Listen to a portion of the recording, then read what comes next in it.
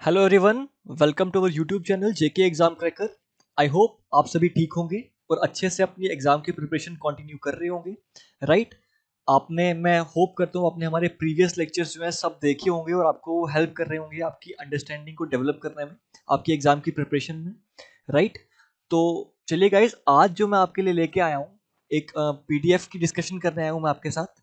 मैं आपके लिए टॉप 10 एमसीक्यूज लेके आया हूँ। कौन से टॉपिक के बेस पे? टॉपिक का नाम है हमारा बैंक रिकंसिलिएशन स्टेटमेंट। मैंने आपको प्रीवियस टॉपिक जो है वो आपको बैंक रिकंसिलिएशन स्टेटमेंट ही करवाया था। उसके बेस पे मैं आपके लिए कुछ एमसीक्यूज लेके आया हूँ जो कि बहुत इंपॉर्टेंट है, जो कि आपकी अंडरस्टैंडिंग डेवलप करेंगे। राइट, तो चलिए विदाउट वेस्टिंग एनी टाइम हम स्टार्ट करते हैं एमसीक्यूज। एमसीक्यू स्टार्ट करने से पहले मैं आपको बता दूं कि अगर आपने चैनल को सब्सक्राइब नहीं किया, अगर आप चैनल पर नए हैं तो चैनल को सब्सक्राइब करना मत भूलना गाइस। ठीक है, क्योंकि आपको हमारे चैनल पे रेगुलर बेसिस पे जेके एसएसबी अकाउंट असिस्टेंट की वीडियोस जो है प्रोवाइड हो रही हैं। अगर आप वीडियो को एक्सेस करना चाहते हो तो आप हमारे प्लेलिस्ट सेक्शन में जा सकते हो। प्लेलिस्ट सेक्शन में आपको हर एक कंपोनेंट की वीडियोस जो है वो सॉर्टेड वे में मिल जाएंगी। चलिए, तो चलिए स्टार्ट करते हैं। तो मैं पेन पिक कर लूँ यहाँ से। चलिए, हाँ, जस्ट ए सेकेंड गाइस।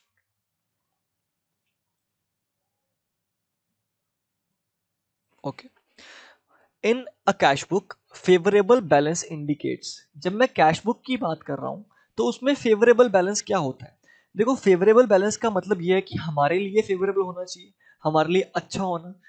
तो कैश बुक में आपको पता है डेबिट बैलेंस का मतलब क्या होता है? कैश बुक में डेबिट बैलेंस का मतलब है कि हमारे पास पैसा ज्यादा है। और क्रेडिट बैलेंस का मतलब क्या है? कि हमारे पास हमने किसी का उधार देना है। तो मुझे बताओ, डेबिट बैलेंस हमारे लिए बेटर होगा या क्रेडिट बैलेंस बेटर होगा? हर एक ऑप्शन को एनालाइज करते हैं। सबसे पहले हमारे पास क्रेडिट बैलेंस। क्रेडिट बैलेंस मतलब हमने किसी का उधार देना है। क्या उधार देना हमारे लिए फेवरेबल है? नहीं, बिल्कुल नहीं। देन है हमारे पास बैंक ओवरड्राफ्ट। बैंक ओवरड्राफ्ट भी मतलब क्या है? कि हमने बैंक से एक्स्ट्रा पैसे ले लिए हैं। देखो, बैंक ओवरड्राफ्ट क्या होता है? जब भी आप करंट अकाउंट खोलते हो ना गाइस, करंट अकाउंट खोलने में बैंक जो होता है वो आपको एक फैसिलिटीज देता है। उस फैसिलिटी के थ्रू क्या होता है कि आप, अगर आपका बैलेंस जीरो भी हो जाए तो आप सर्टेन लिमिट तक क्या कर सकते हो? सर्टेन लिमिट तक आप बैलेंस को विड्रॉ कर सकते हो, एक सर्टेन लिमिट तक। उसे हम कहते हैं bank overdraft. Similarly adjusted balance भी नहीं आएगा। तो हमारे पास जो ऑप्शन बच के आता है हमारे लिए फेवरेबल बैलेंस का, वो क्या है? हमारा डेबिट बैलेंस। हमारा डेबिट बैलेंस। राइट, चलिए।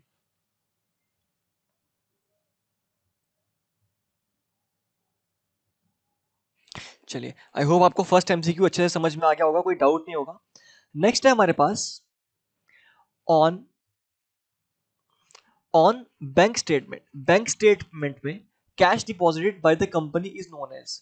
देखो, ये चीज मैंने आपको बहुत अच्छे से क्लियर की थी जब मैं आपको बैंक रिकंसिलिएशन स्टेटमेंट समझा रहा था। मैंने आपको ये चीज बड़े अच्छे से समझाई थी कि जब हमारे पास दो तरह की डॉक्यूमेंट्स होते हैं बैंक रिकंसिलिएशन में, हम दो तरह के डॉक्यूमेंट्स को स्टडी करते हैं। एक हमारे पास हमारी कैश बुक होती है,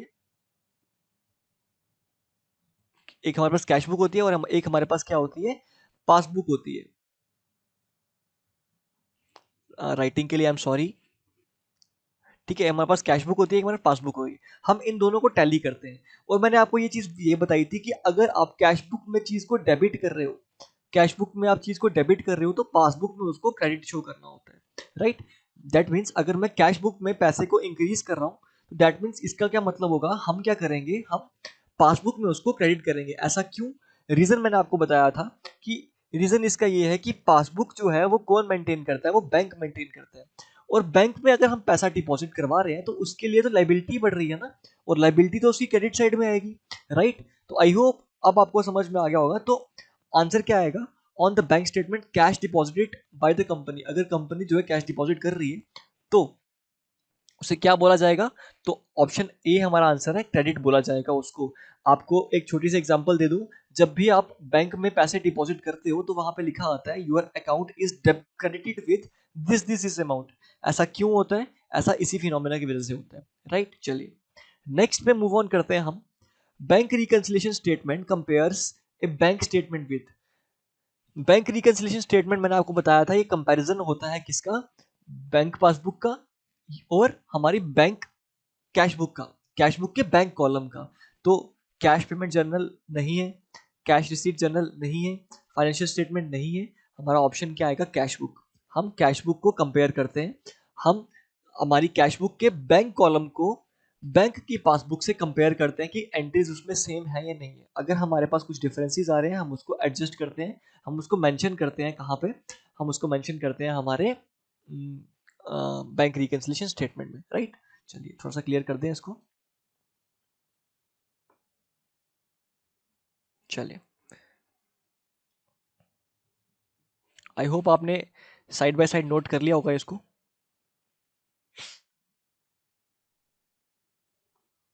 नेक्स्ट है हमारे पास, what is deposit in transit in bank reconciliation. तो इसको आपको याद रखना पड़ेगा, एडेड टू बैंक बैलेंस। जब हम बैंक बैलेंस में कुछ ऐड करते हैं उसको क्या बोलते हैं, डिपॉजिट टू ट्रांजिट। उसे हम क्या बोलते हैं, deposit to transit, right.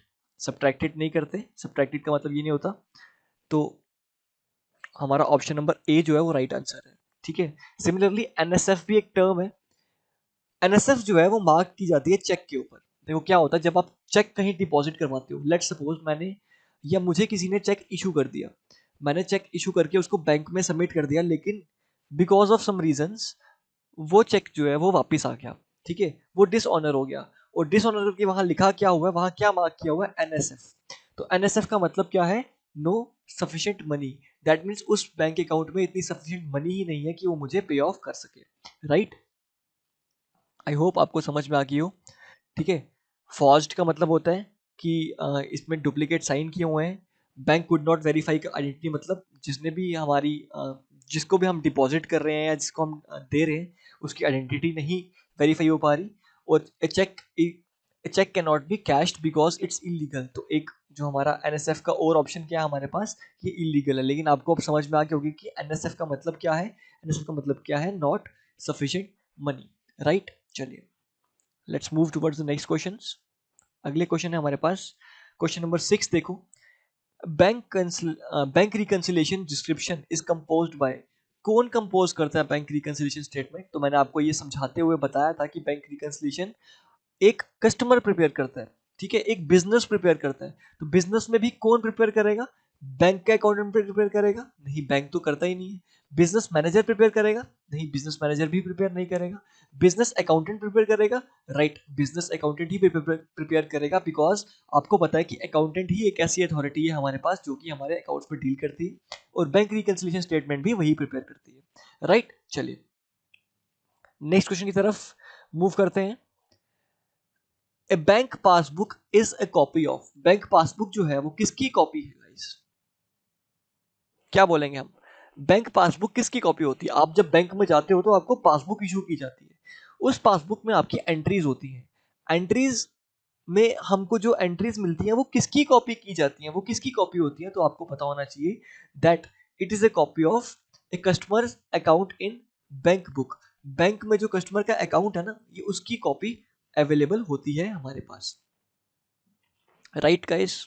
I hope आपको चीज़ें समझ में आ रही हैं, कोई डाउट नहीं रह रहे आपके माइंड में। कोई डाउट हो तो आप कमेंट सेक्शन में मेंशन कर सकते हो, हम ट्राई करेंगे आपके सारे के सारे डाउट्स क्लियर करने का। Next is bank reconciliation statement is prepared by. कौन प्रिपेयर करता है, क्या वो बैंक प्रिपेयर करता है, क्या वो कस्टमर प्रिपेयर करता है, क्या वो क्रेडिटर प्रिपेयर करता है, या both A and be prepare करते हैं। तो इसका ऑप्शन क्या आएगा। सबसे पहले मैं चाहता हूं आप वीडियो को पॉज करो और इसका आंसर कमेंट बॉक्स में मेंशन करो।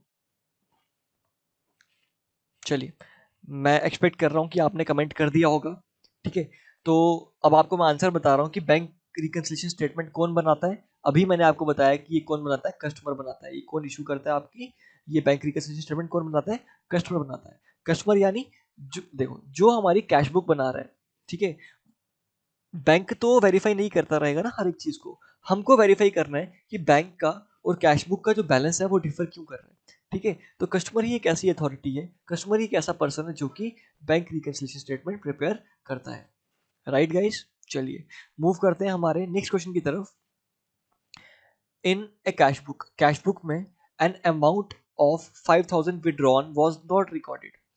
कैश बुक में मैंने 5000 रुपया विड्रॉ किया हुआ है, उसको मैंने रिकॉर्ड नहीं किया।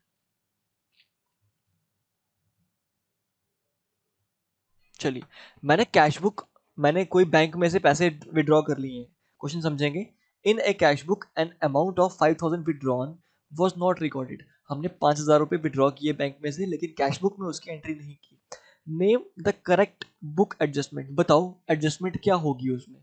तो अगर हमने विड्रॉ करने की एंट्री नहीं की, समझ रहे हो, देखो जब आपने बैंक से विड्रॉ किया होगा तो आया होगा your account has been debited, I am sorry, your account has been debited, right. तो आपको पता है जो बैंक में डेबिट होता है वो कैश बुक में क्रेडिट होता है, ठीक है, वाइस वर्सा होता है। तो जब आप बैंक में से पैसे निकाल रहे हो, दैट मीन्स कैश बुक में से भी वो पैसे कम करोगे। और कैश बुक में से कम करने का मतलब क्या है? कैश बुक में से कम करने का मतलब है कि आप उन पैसों को क्रेडिट करोगे, तो it will be credited in cash book. आपका आंसर आएगा ऑप्शन नंबर ए, राइट। अगर आपको वीडियो अच्छी लग रही है, कुछ सीखने के लिए मिल रहा है आपको, तो ज़रूर चैनल को सब्सक्राइब करो, वीडियो को लाइक करो, शेयर करो ज़्यादा से ज़्यादा। इससे हमको भी मोटिवेशन मिलती है और आपके लिए अच्छा कंटेंट प्रोवाइड करने के लिए। चलिए चलते हैं नेक्स्ट क्वेश्चन की तरफ। Next question is what type of cheque is that which is issued by the firm but not deposited in the bank. ऐसा कौन सा चेक है जो कि फर्म ने तो इशू कर दिया है, हमने तो इशू कर दिया है, ठीक है, लेकिन बैंक में डिपॉजिट नहीं हुआ, ठीक है, बैंक में डिपॉजिट ही नहीं किया अभी तक वो चेक जो है वो उस पर्सन के पास ही पड़ा हुआ है।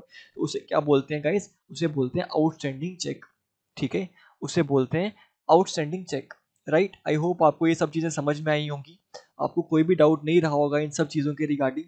अच्छे से हर एक चीज़ मैं आपको क्लियर कर पाया होऊंगा। अगर आपको अभी भी कोई डाउट है तो डेफिनेटली आप कमेंट बॉक्स में मेंशन करके पूछ सकते हो कि क्या डाउट है आपको। हम ट्राई करेंगे आपके सारे के सारे डाउट्स क्लियर करने का। चलिए, तो ये थे आपके एमसीक्यूज, टॉप 10 एमसीक्यूज थे किसके?